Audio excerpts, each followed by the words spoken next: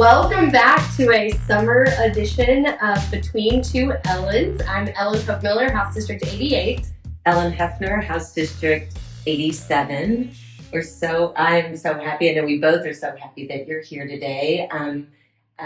Today with us is Secretary Blayne Arthur, who is the longest serving secretary in this administration. I had the chance to work for Governor Stitt since January of 2019. So amazing. Yeah. And I'm so happy that you're here. We do have a few questions that we'd love to ask you and talk to you about. But I saw you the other day. I was up here on Tuesday. Yes. And we don't understand fully sometimes what the secretary's job is. Mm-hmm.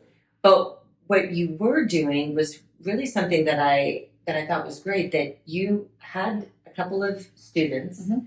that were champions. Yes. I saw a big belt buckle. Oh, animals? Or yes. It was livestock, and so Okay. I'm getting the words wrong. And but you introduced them to myself, and Senator Hicks was here. Yes. And I loved what you said about, we may not know this, sometimes we don't know about, how politics are, but we all work together. And so it was one of those things that I really thought was great, that we're still teaching about, what democracy is, and introducing a world that I don't know about livestock. And so thank you for being here, and tell us a little bit about yourself and what you do and where you're from. Okay, you bet. Just Oklahoman my entire life, which has been wonderful, but actually born here in Oklahoma, raised in the Chickasha, Grady County area, so just a little bit here from Oklahoma City. And I always say a very typical 4-H and FFA kid. So, did all the things from the speech contest to showing livestock to demonstration contest, and went to school at Oklahoma State. And my husband and I both went to school there, and he raises cattle full time. We live just outside of Stillwater, and I have had a variety of jobs, everything from small business lending, right out of school, I got an Ag Econ degree, to working in the nonprofit sector, private sector, and then got to actually come to work in state government a long, long time ago when Governor Henry was here. So have worked in the ag space for a long time, have 2 kiddos. My son just graduated high school. Ooh, I know, headed to college here just a little bit. He is going to go to school on a livestock judging scholarship. He's going to Butler in El Dorado, Kansas, so a little bit away from home, but still close enough. And so it's been great that his ag background's given him an avenue to get a couple of years of school paid for. So what would his degree be in? So he'll have an ag business degree. Okay. And so they are on in some ways very similar to an athletic team. They're doing that and have a scholarship to do that. But in this case, young people from all over the United States, and they compete in evaluating animals. But the great thing about the livestock judging is I think it's just a great tool for later on, because they're learning you've got to make a decision on how you're going to evaluate these animals, but then you have to defend that decision to someone who is judging you. Yeah. So the public speaking, the thinking on your feet, the saying this is in some ways similar to probably things you all do here in the building. This is our idea, and this is why we think this, and this is how we're supporting it. So just skills to excited. And then you have a daughter. Yes, my daughter will be a freshman in high school. So fun time. Go to a very rural school. I always like to say I'm a product of the public education system here in Oklahoma, and both of my kids are, and we love our rural school where they get to attend. So just pretty fortunate to live here in Oklahoma and get to work in this position for the last several years. Yeah. We're so happy that you came in, especially since you've been a secretary for a long time. But tell us, how did that happen? How did you become the secretary? Yes, a very, very kind of unusual path in that I did not know Governor Stitt. He, of course, back to 2018, was elected, and I tell a quick story about he was campaigning at the Tulsa State Fair in October of 2018, and my kids were showing at the livestock show, and I said, hey, I think that the gentleman that's running for governor is going to be over, just doing the little. I said, let's go over there and listen and see. And I told my son, I said, let's get a picture with him, because if he wins, then we'll have this fun picture of you with the governor. Yeah. So that technically was the first time that I met Governor Stitt. But then when he won in November, one of his team members called and said, hey, people said we should talk to you about ag. Would you come have breakfast with the governor?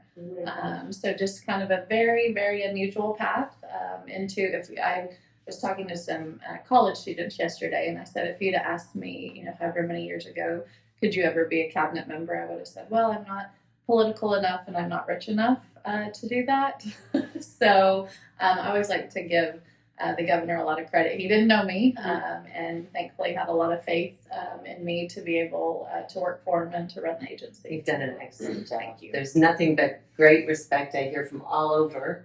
When people hear about you. When I in DC, there was one time that you were there before I was, and someone said they met you, and it's really nice to have you out there, because you bring such great kudos to Oklahoma, and you talk about our state in a great way. So what does the Secretary of Ag do? Yeah.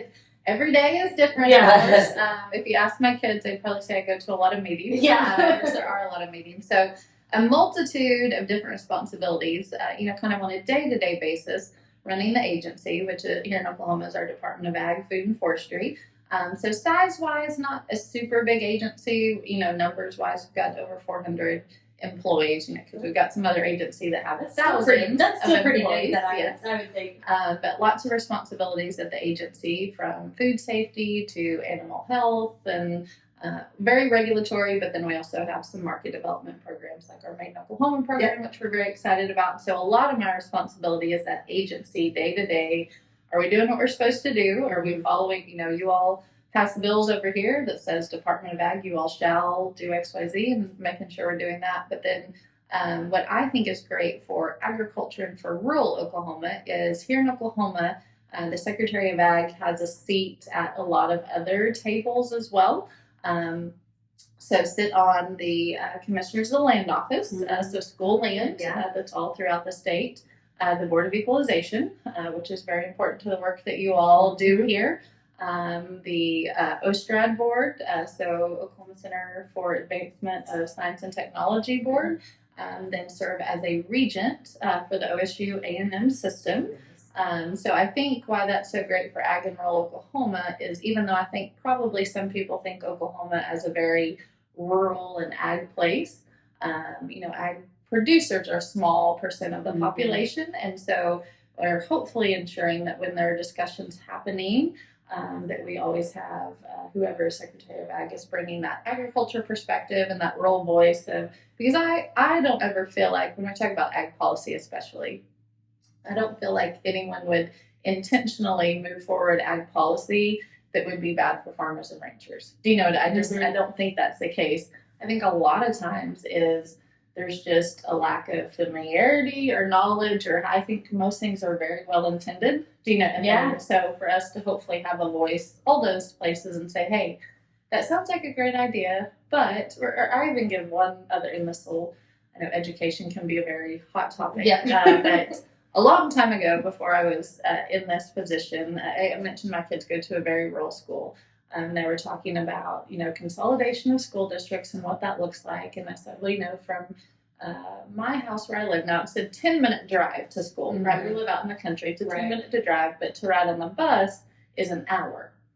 And I said, so if you, at that time they were proposing, I think if you had less than 500 students, that you're going to consolidate with somebody else, which was where our school would fall. And I said, well, my kids, my son was just, I said, he already rides over an hour to school on the bus. So if we, were to, then that could be, and the, person I was talking to, they were like, what do you mean an hour on the school bus? So kind of with any issue, there's always different things that we think we understand or don't understand. So we just want to make sure we're having good conversations with folks about ag and rural issues. Yeah, I remember in college, which was a long time ago, but my freshman year, I went to University of Missouri, which is a land grant university, and there was like one of those lectures of like 500, and I remember the professor said to us, how many of you all parents grew up on a farm? And like I raised my hand, and it was probably 70% of the class. And then it was like, how many of you were put on, so put your hands, keep your hands up. And it was like down to like 40%. And it was like, how many of you plan on going back? And I remember like just that was so vivid for me. Absolutely. But I do think part of your role is, like you're talking about, educating people on why ag is important in our state. So, what do you say to people? Like, why is ag important to us? I always start with the very basic thing is that food is important to every citizen. I've had, members, I was more urban members before that, if I saw, and they're like, Blayne, why are you talking to me about this? Why? And I said, I feel like people in your district want to eat 3 times a day. I feel like that's really important to us. Important. And so, number one is just that the unique challenges with food production. We have the safest food supply in the world, safest, most affordable food supply in the world here in the United States. But being a farmer and a rancher, especially in Oklahoma, as you all know, the weather can be a really, really challenging business partner. And so explaining, why is it? Because, 2020 is probably, for most people who are alive, the first time that you walked into a grocery store and you didn't have everything that you needed, right? Or you were searching for something that wasn't there. And I remember, we had phone calls to our office and they said, do you all realize that there is no bacon at the store? And I said, well, yes, we do. And they said, well, don't you all have some warehouse or something? So, but just a reminder to us that for a lot of consumers, to your point of, they didn't have the chance to grow up on a farm, and maybe they're, we're 2 to 3 generations away, right? That we're accustomed to that product being there and being high quality and being affordable. But do we have any familiarity with the things that, whether you're raising wheat or raising cattle, what does that look like? For me, I think one of the important things that we've tried to highlight is we want young people to either stay in agriculture or invite people who don't have an ag background into ag. I always give an example of if you love numbers and you're an accountant, hey, ag businesses need accountants. We need all of those skill sets. So encouraging young people, and then 2, making Oklahoma a place where if people want to come to ag, that we can allow them to do that. And a lot of that is real infrastructure. Some of it is, I say, as simple, and I know my friend Mike Sanders wouldn't say that broadband is simple, but some of it's just, okay, they have, maybe a job that if they had, broadband in that particular area, then they can work from home or do those things. So it's just highlighting some of the unique challenges for our farmers and ranchers. Because I always say, as a mom, if I have, food for my kids, then I can focus on all these other things, right? That's right. But if I don't, if I wake up in the morning and I'm concerned about what my kids are going to eat that day, then nothing else matters. I have to pivot everything else. So you look around the world, unfortunately, to countries where, food to me is the ultimate way to control people, right? So it's this kind of sharing that message and saying, we love that we have this affordable food supply, but here's the things that we need you all to know about and understand so that we can continue in America, we have the natural resources to feed the world, truly, to feed the world, and we want to continue to encourage people to stay in ag. I was in Leadership Oklahoma last year, and Leadership Oklahoma is great. If you haven't done it, you should think about it. It's a lot of time. At once a month, you meet up with this class 38 was really great. Shout out to 38. But we went to Guyman. Yes. And I'm city girl, and so of course it's beautiful out there. It is. It's gorgeous.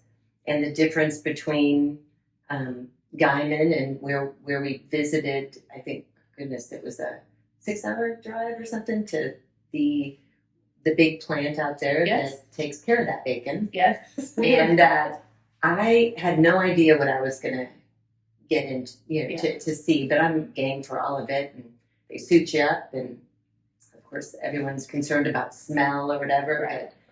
That really didn't bother me.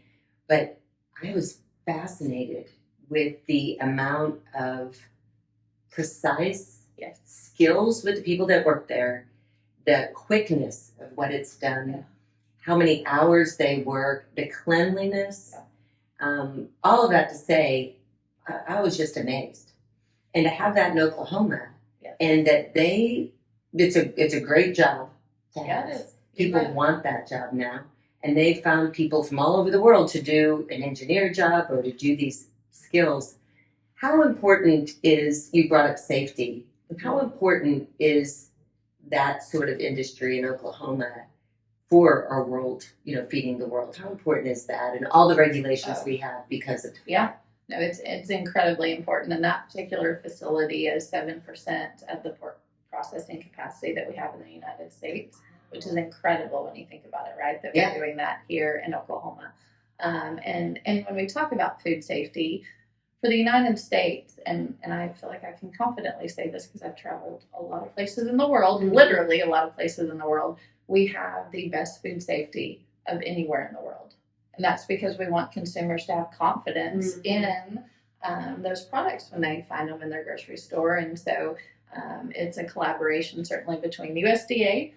We have a food safety team here at the state level, and a lot of times we have opportunities for joint inspection of processing facilities. But technology is an incredible tool for us. Traceability of that product, that they can go back and say, this particular box was processed on this day and follow that all the way back to the farm, right? So that you can see those pieces. So the technological advancements that we brought into agriculture, and we've had to, because you just to be able to feed a growing world population. And I know, and we're a regulatory agency. People don't like that word, but it's necessary. People don't always, we're from the government, we're here to help, right? Kind of the situation. But two, I think something we've tried really hard at the Oklahoma Department of Ag, and I feel like USDA does a very good job as well, is to say, hey, here are the rules that we need you all to comply with. Do you know what I mean? And we want to educate, work with you to get there. We never try to, no matter what the regulation is, we never try to play the gotcha game with somebody. Do you know what I mean? We're not going to wait and we say, hey, there's a reason that the legislature said this. We want you to get there. Yeah. Impressive though. Oh, that was so impressive. It's an incredible facility. And you're right. Wonderful jobs. And then to think though that you go to work every day there so that a mom in a grocery store that we can buy that product for our families. I mean, it's just a really neat place and really, really good folks. So in your 8 years, what were some of the biggest challenges that you faced? Oh gosh. Or success. I have Aunt Liz afterwards. I jokingly say that if I had known that 2020 would have been a part of the job, I don't know that I would have said yes. I probably would have anyways. But and everyone certainly navigated through that. But I think for us at the agency, it was, how do we continue to do the job that we have to do? That we have to do. How do we keep our people safe? How do we, so I remember I'm so proud of the team that we have at the Department of Ag, and an exceptional group of our division directors, who have responsibility over really, really important things. And I remember, we're on this Zoom call, with this, because typically we would meet in person, and I'm like, okay, who's got ideas? And it was just kind of, at the beginning, because we all were learning and trying to be responsive and changing. And so certainly that I think all of us learned so many things from that. I think we saw really great things happen too, right? We saw leaders stand up in spaces, and, we had staff that did a really, really great job. So that's certainly challenging. I think another piece that's just challenging because it's part of the job is the direct interface. And I know social media can be great, but and you all see this, I'm certain, as legislators, this direct interface that we have with the public, even as an agency, because we're regulatory. So we always say, if people on both sides of the issue are mad, we're probably in the right space. We're probably but it, because we have lots of hot topics in the ag world, and so Right. that I think has been unique for me to try to help our team navigate through, because as part of my responsibility in this is to take that. Do you know what I mean? Right. To take the fussing or the griping or and try to, but since folks now, can see exactly which staff person works on this and send them nasty messages or post hateful things about them on social media. That to me is something I didn't really anticipate. And sometimes it can be on a policy issue over here, right? And we've had, one for the past couple of years. It's a pretty, I would say, extreme issue. And so then when my staff members are having somebody, do you know what I mean? Say, this person with the Department of Ag, I'm like, that's not what they signed up for. Right. Do you know, Right. It's, I mean, these are individuals who believe in the agency's work. Yes, you bet. And are trying to either fact find, everything's a lot more complicated than I think people, and that, to me, social media takes out a lot of the complicated part of it. Yeah. And therefore you miss so much context in what people are trying to accomplish, Right. For the good or the bad. Yes, absolutely. So that's something that I don't know that I really thought going into it. Because I'm like, I am serving in this, and I am glad to be the face, and you can be hateful to me. Do you know what? Right. Like, let our team do their work. Do you know what that's right? Right. So that's been kind of a unique piece. But then, on the success side, I feel like we've done a lot of great things to make the agency run better than when I showed up. I know that's an oversimplification. Well, the MIO program alone. Yeah. In Oklahoma, and credit to our team members, we have had truly exponential success in that program. Just off the chart success in that program. We've really tried to lean in on anything related to our 4-H program, our FFA program, youth involved in activities, giving them exposure to jobs. We have an Ag Youth Council, which is a group of high school seniors. And so that's a competitive application process, but their senior year, we expose them to things that you all do here at the legislature, what our commodity groups do, that, hey, you could work for State Department of Ag, there might be USDA, or just careers that exist. So those are the things that we're hopeful will make, have a long-term positive impact on the community, on the state. And so just great staff that I'm very fortunate to work with, and I know that the general public loves to fuss about the legislature. Yeah. They just love to do it. But we at the Department of Ag have been very, very fortunate to have a really great working relationship with the legislature. And I think to the point of ag is a pretty nonpartisan issue. Do you know what I mean? Like, it's that everybody wants to eat and wants people and kids to be well fed. But, I think we, no matter Republicans, Democrat, leadership changes, all those kind of things, we've been so lucky. And she has gone on to other opportunities, but a lot of credit to Jan Lee Rowland. Oh, she's who was so our great. Deputy Commissioner. She's so great. But it's just, I would say when we come over and sit down with a member and just talk about things, we always have a receptive audience. We can usually find some compromise. We feel like we've done some really good things here in the building. So we just feel pretty fortunate. Well, that also is your leadership too. I mean, how you speak with legislators, and here's the first experience that I had with you was 8 years ago. I'm a city girl, and so I got to show a goat. Oh yes, because we had this legislative night. Yes, and after that, the next year, I met a family at the Muskogee quail hunt. Oh, there. yeah. Yes. And I met the family, and they go, the young man said, would you show my cattle? And I go, okay, yeah, I don't know. And so for 3 years, 2 years I got to show Daisy. And then last year, I got to show their daughters. And then they invited me to watch and taught me how to judge, they looking at cattle or whatever. And they go, that's good, or whatever. And I go, what am I looking for? Yeah. But I will say that is one of, you just shine at that event. It is fun. I don't know. I did think that we should win, but it usually doesn't come out that. I don't know what job you have to be. Very political. Very political. Do I have to have leadership in something to win? I don't know. Anyway. My poor student, this was her 4th year to do it. I was like, oh, you got me.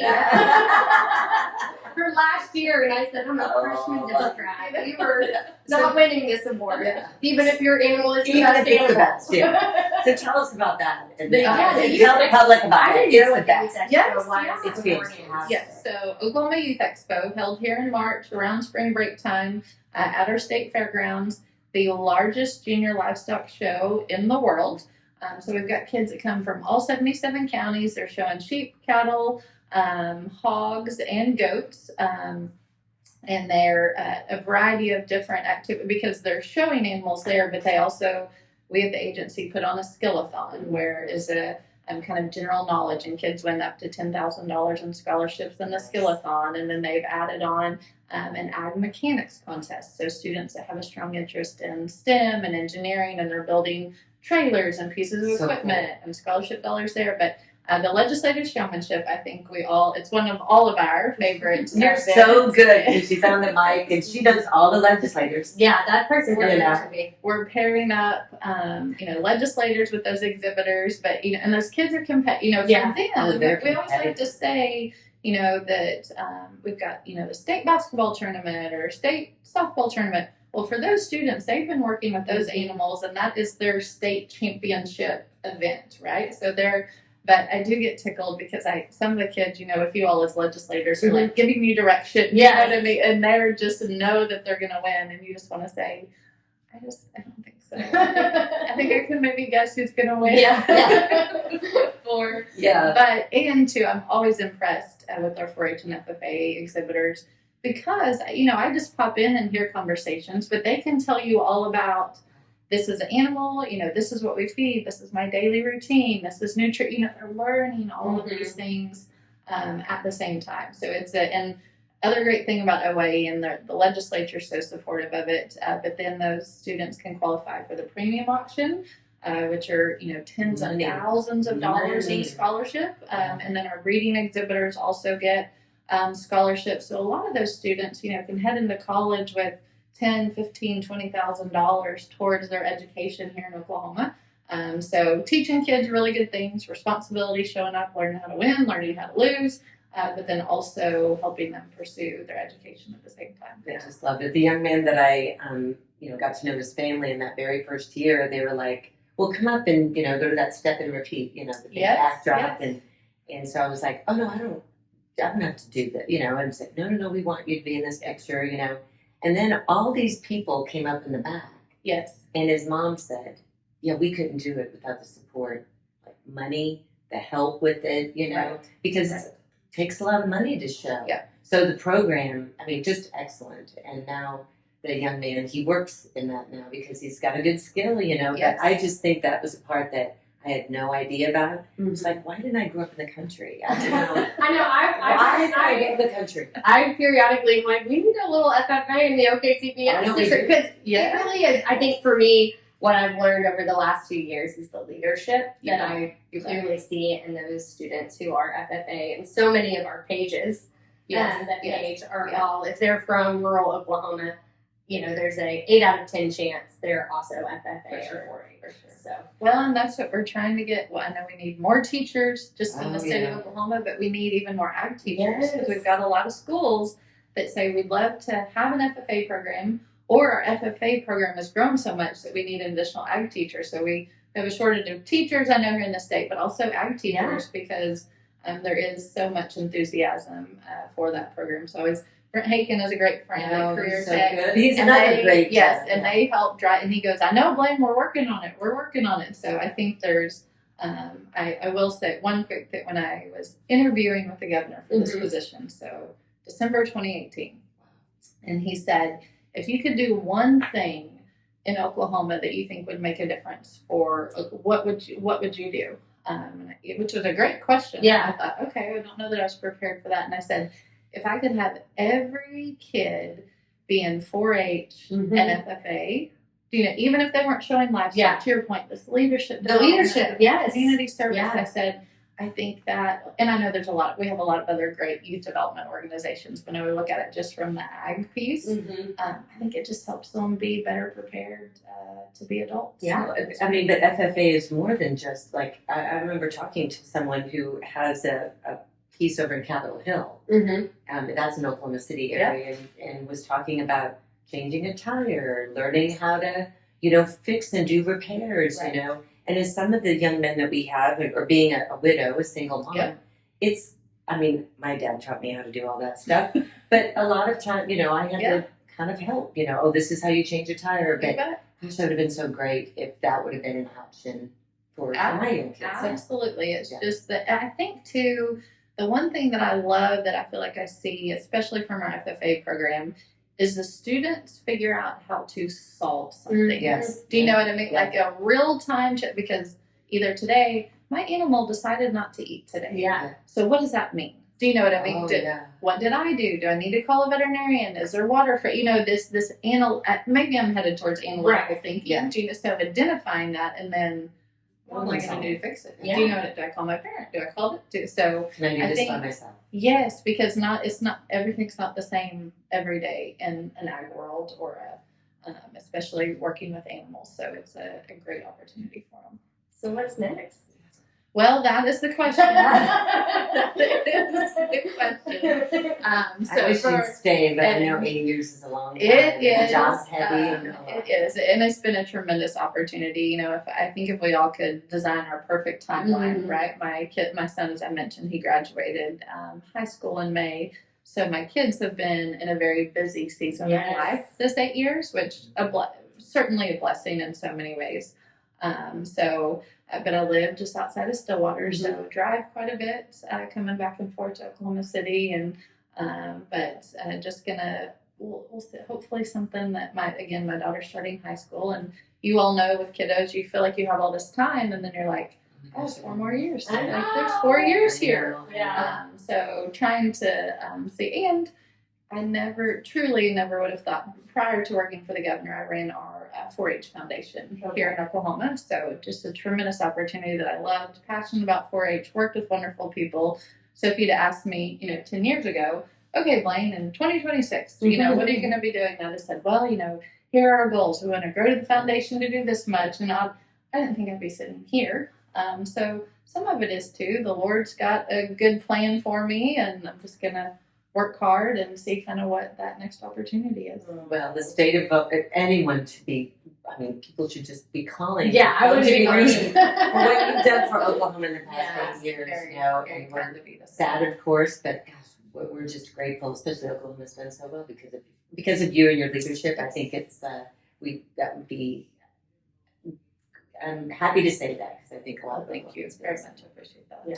So thank you for joining us today. Yes, thank y'all for having me. Oh, did you tell her? No, you asked her. I forgot. But I don't know if I told you this, but this is a surprise. Yeah, surprise. Okay. It's summertime. I know. There's a lot of things going on, but at the end of our program, Okay. at the end, we always ask our guests Yes. to ask the Ellens a question. You'll find that different answers are usual. And it's like just getting to know you. Okay, Yeah, a different question. No, one question. One question for both. For both of you all to answer. Putting you on the spot. But it doesn't have to be a hard one. No, I like that. Okay, I think if, especially as a freshman, but I think this is a question for both of you.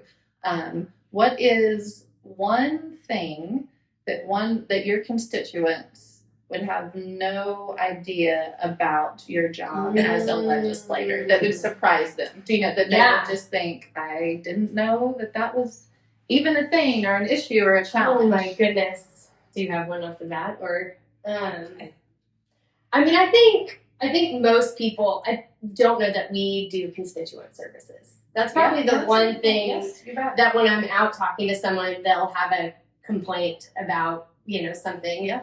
And I'll be like, oh, you can call my office about that. I had a friend who had, a child who they adopted through foster care and had, a challenge with the service. And I was like, hey, just call my office. I'm not saying we can fix it. And she was like, oh, you do that? And I'm like, yeah. So to me, I think I try to tell people all the time, if it's a state question and you're not getting help, we can at least call our office, and at least we'll try to find you the right contact. Because to your point, we have so many incredible state agencies in this state. We do. But even in my position, if you were to say name 20 in 30 seconds, I'd be like, what? And get stuck on probably 5, because we think of the big 5, right? But there's so many different agencies and, kind of work groups within that You bet. platform You and bet. commissions and, that you're just, so yeah, I think most people don't utilize their state offices as much as they should. That makes sense.